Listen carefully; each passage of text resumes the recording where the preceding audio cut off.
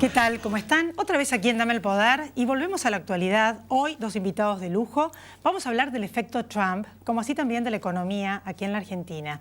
Una en relación a las consecuencias de este nuevo presidente en los Estados Unidos, Marcelo Elizondo, expresidente director de la Fundación Exportar y a su vez con su propia consultora, y Agustín Monteverde, economista, las perspectivas ahora y el año que viene, que bueno, lo estamos viviendo todos, ¿no?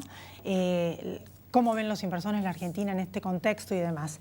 Yo lo que quería antes es decirle unos breves comentarios que en realidad se está hablando mucho del tema de Trump, Donald Trump en Estados Unidos y acá también en todo el mundo a la expectativa de quiénes son los que van a formar su gabinete. Lo cierto es que nosotros no tenemos la información que tienen los servicios secretos, o sea, hay muchas conjeturas alrededor, pero sí hay algunos datos concretos de lo que está pasando, porque en realidad este nuevo emergente apolítico que rompe con todos los esquemas de la política tradicional es una caja de Pandora. Pero hay hechos concretos que son los que a mí personalmente, y supongo que a muchos nos preocupan, que tienen que ver con su negación del cambio climático y con el tema del racismo. Y en realidad, más que el racismo, es toda esta situación de violencia y de negación del otro. Hubo una escalada en estos días en los Estados Unidos, a tal punto que Trump dijo en un programa hace 2 o 3 días, americano, en un noticiero, basta. Pidió que se detengan porque había violencia, no solamente reivindicando a Hitler, fíjense ustedes, sino contra los musulmanes. Les aclaro que el FBI dijo ahora que aumentó el número de crímenes de musulmanes en Estados Unidos, como así también racismo de todo tipo, los latinos, la raza negra y demás, como así también de la religión judía. Esto es muy preocupante para mí.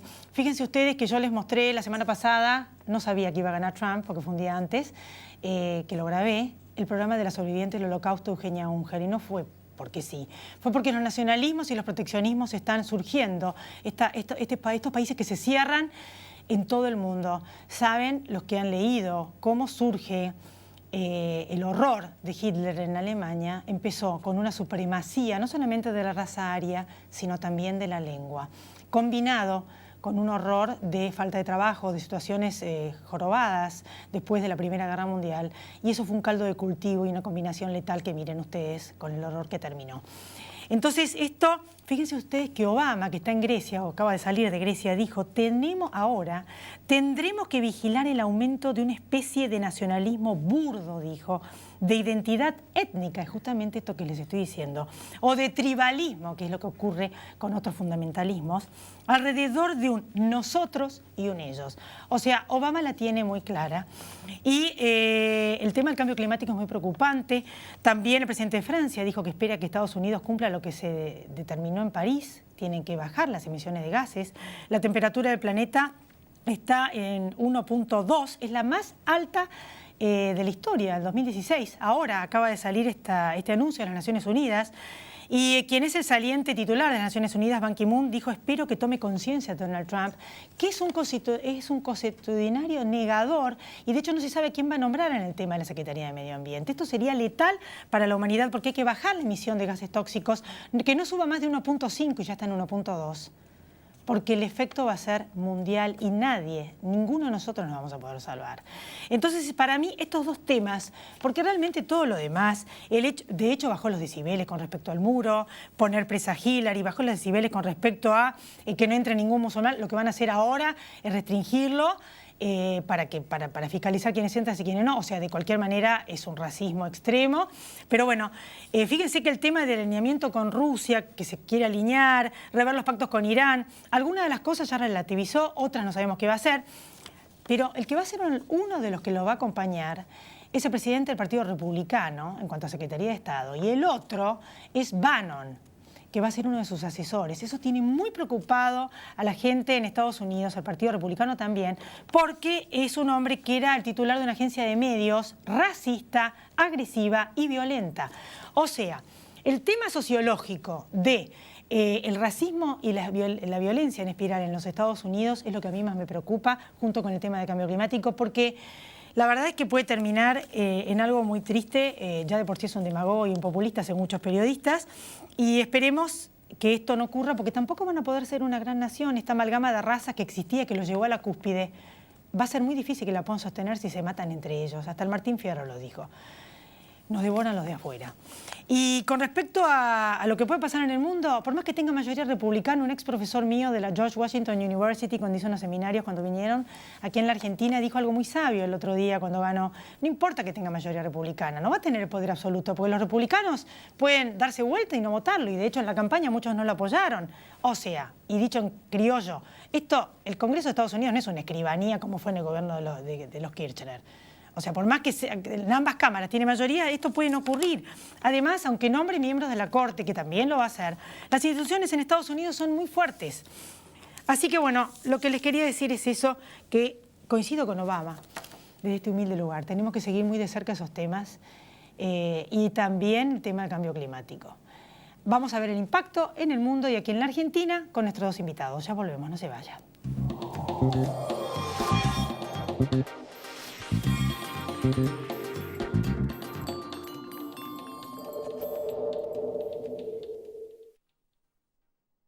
Auspicia este programa Banco Provincia. Vamos a desconectar, a cafetear, a pedalear. Vamos a morfar, a enamorar. Vamos a disfrutar la ciudad. Buenos Aires Ciudad. Vamos, Buenos Aires.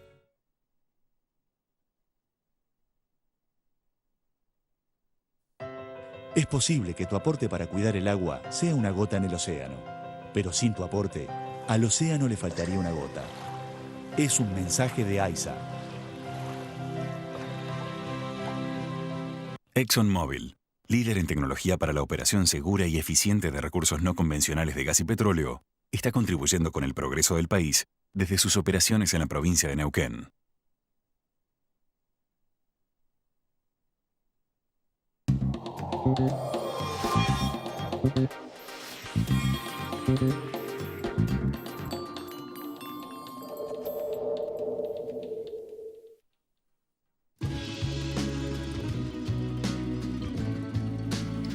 Aquí estamos en Dame el Poder. Marcelo Elizondo, gracias por venir. Gracias por la invitación. Experto en todo el tema de comercio, sobre todo comercio exterior.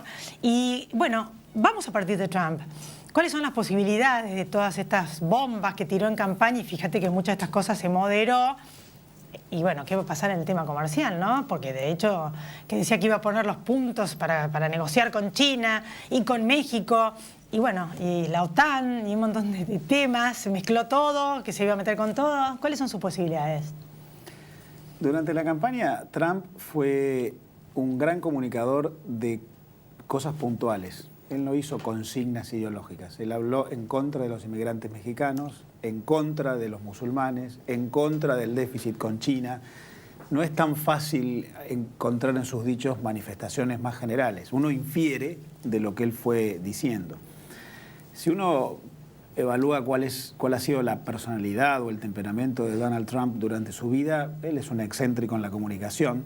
Cuando se dedica a los negocios ha sido bastante más conservador, se ha dedicado al real estate y no a cosas muy arriesgadas.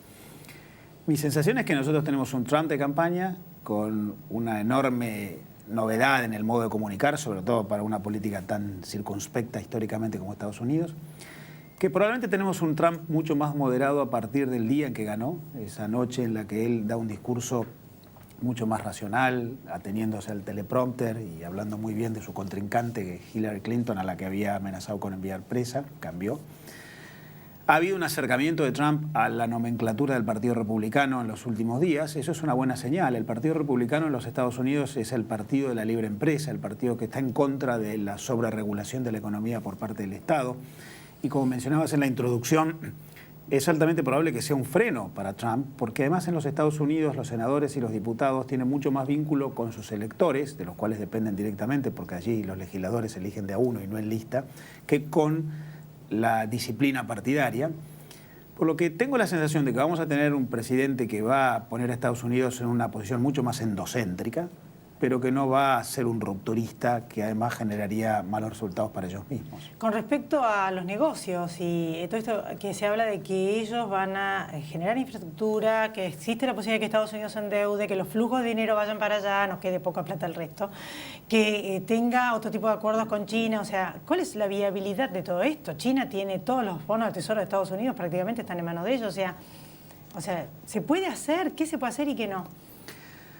A ver, insisto, primero, todavía tenemos más preguntas que respuestas. Segundo, podemos hacer algunas evaluaciones en base a la información con la que contamos. Él ha anunciado un programa de inversión pública que se financiaría con endeudamiento público. Eso claramente tendría efectos en un fortalecimiento del dólar, una suba de la tasa de interés, porque va a ir a tomar deuda para financiar una infraestructura que se va a apoyar en inversión pública con un fisco en los Estados Unidos que ya tiene un muy alto déficit. En los temas comerciales, veremos, no es tan sencillo tomar decisiones sin afectar a las propias empresas. El mundo opera hoy en un encadenamiento productivo, lo que la UNCTAD llama las cadenas globales de valor, que son el motor de la inversión internacional y del comercio transfronterizo. El mundo ya exporta el 30% de lo que produce. Hace 15 años exportaba el 20% de lo que producía. En el mundo el 30% de toda la tasa de inversión es extranjera, porque se ha generado una secuencia de inversión internacional, alianzas entre empresas, compartimiento de conocimiento productivo y comercio posterior. Los grandes actores de la economía internacional son las empresas multinacionales. 1/3 de todas las exportaciones mundiales es comercio intrafirma de las multinacionales. Y las empresas americanas son los principales protagonistas de esto. Si Trump afectara el funcionamiento de este sistema, lo primero que ocurriría es una afección a los negocios de las empresas norteamericanas y, por ejemplo, a la evaluación bursátil de ellas, que necesitan ir a los mercados de capitales para financiarse. Por lo que yo no me imagino que se tomen decisiones que sean algo parecido a pegarse un tiro en el pie. Entiendo que sí va a haber un Estados Unidos más proteccionista, yo diría más duro negociador en las relaciones con México, con China, quizás en negociaciones puntuales, más en lo micro, como piensa un empresario, no un ideólogo, un Estados Unidos más encerrado en sí mismo, pero no alguien que rompa el sistema, porque si eso ocurriera, las primeras afectadas serían las propias empresas de los Estados Unidos. Y con respecto a nosotros, porque esto del acuerdo transpacífico, o sea, que estábamos nosotros tratando de entrar ahí y él habló de, bueno, por ahí se echa atrás, ¿no? De no respetarlo, pero sí sentarse a hablar de nuevo o inclinarse a otro tipo de acuerdos. Fíjate que habla de un alineamiento con Rusia, desconoce el pacto con Irán, o sea, como que quiere realinear. Los europeos, no quiere ser más el policía del mundo, ellos que se ocupen, o sea, no estar pagando a Estados Unidos, financiando a la policía del mundo, que de hecho es lo que está haciendo, pero también esto marca un equilibrio. Bueno, eso es un tema más de política internacional, ¿no? Que nadie lo puede desarmar un día para el otro porque sería un loco. Pero sí en cuanto a cómo nos afectan ese viraje en cuanto a comercio exterior, quizás, y relaciones con otros países de Estados Unidos. Sí, ahí hay distintos temas. Es probable que en los temas estratégicos y de defensa internacional Estados Unidos tenga una posición menos activa, menos intervencionista. Hubiera sido muy diferente con Hillary Clinton. Hillary es una persona muy partidaria de la intervención de los Estados Unidos en el mundo. Trump es muy crítico de las instituciones internacionales, desde la OTAN hasta las Naciones Unidas, y probablemente pretenda que el mundo empiece a autofinanciar su defensa y que libere un poco a los Estados Unidos para mirarse hacia adentro. En los temas comerciales hay un riesgo de mayor proteccionismo, que esto genere afecciones en los precios de los principales productos que se comercian en el mundo, que esto afecte el normal funcionamiento de esas cadenas de valor de las que hablábamos. Sí, señor, hay un riesgo. Ahora, imagino que claramente cualquier negociación nueva pendiente se va a detener. No me imagino que vaya a haber ni el TTP, ni el TTIP, ni acuerdos nuevos. Todo eso queda muerto. Lo cual no quiere decir que se vaya a romper de raíz todo lo que sí ya existía, el stock de acuerdos que los Estados Unidos ya tienen, por ejemplo el NAFTA. Y yo creo que ahí lo que va a ocurrir es una renegociación, e insisto, me parece que más en temas micro, en cuestiones vinculadas con algunas industrias, en algunos aspectos productivos, en algunas cadenas, que no en una ruptura absoluta de esos acuerdos. Creo que probablemente vamos a tener un presidente muy táctico y no un ideólogo que genera nueva tendencia. Como buen empresario. Como buen empresario que es. Business, como buen empresario que es. De todas maneras, sí, a mí me preocupa que en el mundo está apareciendo esta ola proteccionista que desconoce la evolución que ha tenido la economía en los últimos años. Pensemos nomás en los Estados Unidos. Estados Unidos se ha convertido en el principal generador de conocimiento productivo en el mundo. Es el lugar en el cual se desarrolla de manera más relevante la innovación, la ingeniería, la invención productiva. Es el lugar donde se diseña lo que después se manufactura en el resto del mundo. Por eso Estados Unidos se ha convertido en el principal exportador de servicios del mundo. El 15% de todos los servicios que se exportan en el mundo se exportan desde los Estados Unidos. Estados Unidos tiene menos relevancia que antes en las manufacturas, muchísimo más relevancia que antes en los servicios que se vinculan con el conocimiento afectado a la producción. Eso implica una evolución de la economía. En los Estados Unidos el 80% del Producto Bruto son los servicios. Romper eso sería muy costoso. Querer volver a una economía que ya no existe más, de una industria de los años 60 que ha sido desplazada por la evolución, sería un error. Vamos a ver qué pasa. Me queda un minuto. En Estados Unidos se hablaba, estamos frente al Brexit, llamado el US Exit, la salida de Estados Unidos. Estamos ante un giro y un cambio marcado. Yo no me imagino, insisto, que esto sea una revolución. Sí creo que es un detenimiento en el proceso de evolución. Pero mi pregunta es, si acá se tomaran decisiones que afectaran el éxito de los negocios, de la generación de empleo, del funcionamiento de la economía, un presidente como Trump, ¿insistiría en algo en lo que la realidad le está mostrando que está equivocado? No. Es verdad que, repite las versiones, que no vamos a poder mandar carne, que no vamos a poder mandar limones, no es así. Va a ser más duro en la negociación, en eso sí, va a ser más duro. Pero una cosa es ser más duro sin romper el sistema y otra cosa es creer que estamos ante alguien que va a romper el sistema. Me parece que romper el sistema... No va. Sí, no, y en otros temas de seguridad peor, porque pues, o sea, salvo que esté loco y se transforme en un dictador, estaríamos en el peor de los mundos. Bueno, pero eso los Estados Unidos no te lo permitiría. Estados Unidos es un país con altísima institucionalidad, con una opinión pública muy fuerte, con lobbies muy relevantes y con un partido republicano que le va a actuar como freno al propio presidente. Incluso hay algunos periodistas, gente que está hablando de que si no va a terminar en un juicio político. Gracias por venir, Marcelo. De nada. Después de la pausa, Agustín Monteverde. Ya volvemos, no se vaya.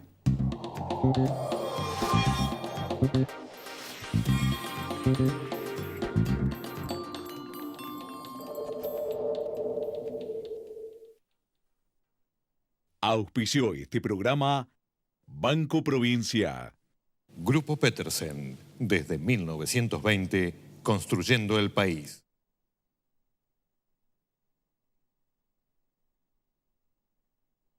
En Provincia ART, nuestro trabajo es protegerte en el tuyo. Provincia ART, la aseguradora de riesgos del trabajo del Grupo Provincia.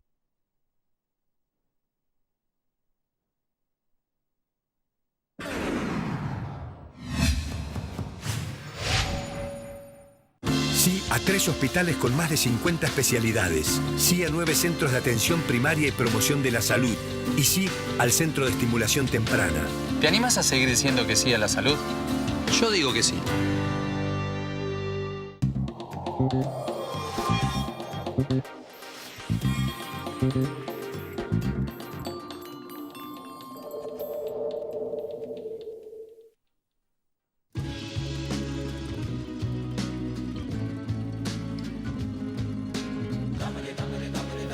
Aquí estamos, Dame el Poder, Agustín Monteverde y la economía. Gracias por venir, Agustín. Un gusto estar siempre acá. Bueno, justamente, estábamos hablando de Trump, después pasamos acá a la economía local. ¿En qué medida nos beneficia, en qué medida nos perjudica, qué puede llegar a ser y qué no de lo que se planteó? Mira, yo creo que hay que diferenciar en los políticos siempre entre el político en campaña y una vez que ya está camino al poder a sentarse en la presidencia. Bueno, se acabó ya el momento, digamos, de los exabruptos, de las gesticulaciones que lograron posicionarlo a él. Ahora llega el momento de la verdad, donde realmente eso no sirve y lo que, por el contrario, uno es responsable del buque y que el buque funcione. Estamos frente a un hombre, un empresario ante todo. No va a perder de vista los negocios. Estamos hablando de los Estados Unidos. Pensar en un Estados Unidos cerrado al mundo, yo lo veo difícil. Creo que, por supuesto, negociar con Estados Unidos, y no creo que tanto nosotros, sino potencias como China, van a ser más complicadas, va a defender a ultranza los intereses de Estados Unidos, pero en última instancia va a haber negocio. Bueno, ¿y acá nos afectó en algo? Los cambios para aquí pueden ser realmente drásticos. Que se están cartelizando, se están dolarizando las carteras de inversionistas. Ahora, en estos últimos 4 días, me lo dijo un banquero, no sé si esto es generalizado. Y bueno, eso es... Es cierto, pero no creo que llegue todavía. La verdad, no veo un proceso, por lo menos por el momento, preocupante. Yo creo que lo que debe preocupar de nuestra economía es cómo se está manejando. Lamentablemente creo que el gobierno ha desperdiciado un año en donde, salvo las novedades de inicio, que fueron muy positivas, por cierto, estamos hablando del levantamiento de las retenciones, o por lo menos la reducción parcial en el caso de la soja, estamos hablando de haber levantado parcialmente un cepo cambiario,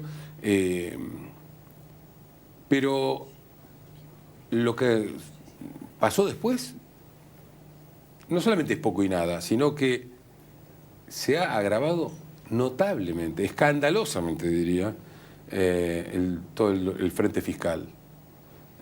Y ahí está la madre de todos los problemas. Le explicamos, que la gente seguramente lo sabe, que es que aumentó el gasto enormemente y además para financiarlo, para pagar lo que estamos gastando, que no lo bajaron, estamos endeudándonos. Yo te diría dos recursos principales. Después avancemos a partir de ahí. Claro, dos recursos principales. Uno es el endeudamiento, un endeudamiento casi diría, casi desaforado, que recordemos que es trasladar sacrificio que no queremos hacer hoy al futuro, pero con recargo, porque después hay que devolver el capital más los intereses, más hacer el ajuste que había que hacer. Bueno, entonces, es de por sí ya filoso desde ese punto de vista. Pero lo que ocurre además es que una política de endeudamiento lleva a atraso cambiario. Y el atraso cambiario es enorme. Hoy estamos ya de vuelta como a fines del 2001. Y su producto necesario del atraso cambiario es una economía cerrada. Decía que había dos pilares sobre los cuales se ha apoyado el financiamiento del déficit, que es cada vez mayor.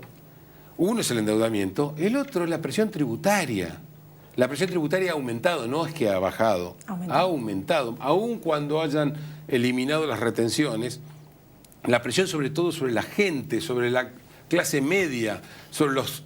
Siempre se habla de los trabajadores, yo a su vez siempre replico, ¿y los autónomos? Nadie se acuerda de los autónomos, se acuerda del monto mínimo no imponible de los trabajadores, pero nadie se...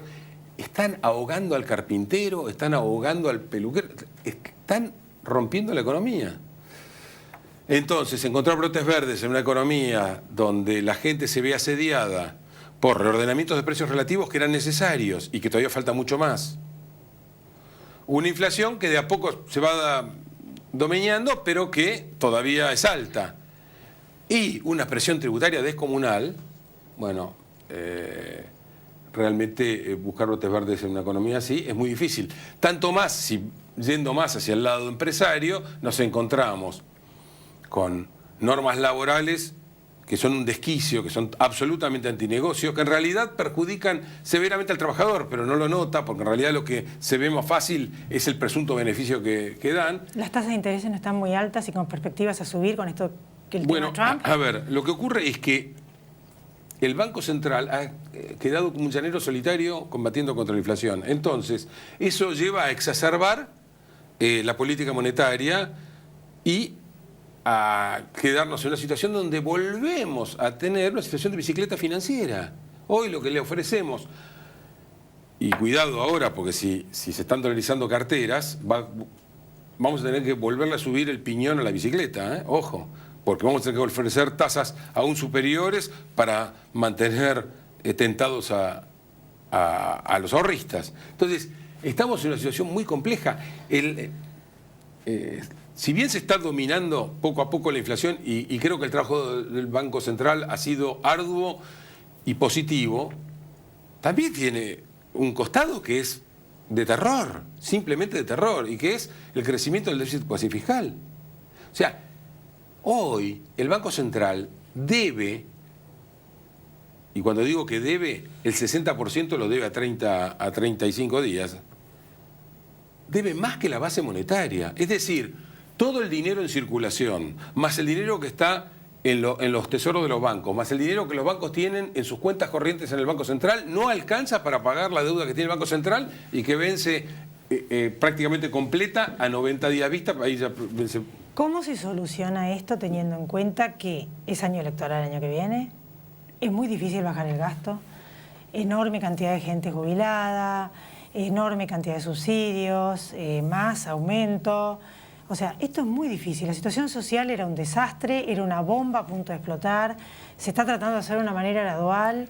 Y si no se baja el gasto, que no sé, Mandrake lo va a bajar. ¿Cómo lo van a bajar? O sea, y con todo esto que vos me estás diciendo. Y esto es lo que están viendo los inversores. Por supuesto que lo están viendo. El gasto fiscal y la enorme presión tributaria. Pero a ver, Entonces, ¿vos crees que ¿cómo se sale de esto? Elizabeth, ¿vos crees que es tentador entrar con tus dólares a un país donde te van a pagar menos que lo que te pagan por esos mismos dólares? Cuando digo que te van a pagar menos en fierros, en maquinaria, en metros cuadrados de una planta, que lo que te pagan en otros países. ¿Y cómo se sale de esto? ¿Qué posibilidades tiene con este escenario que vos ves? Pues me quedan 2 minutos, pero quiero que nos expliques qué. Y que además de todo está a la vista la insolvencia fiscal. Entonces vos decís, ¿hacia dónde marcha?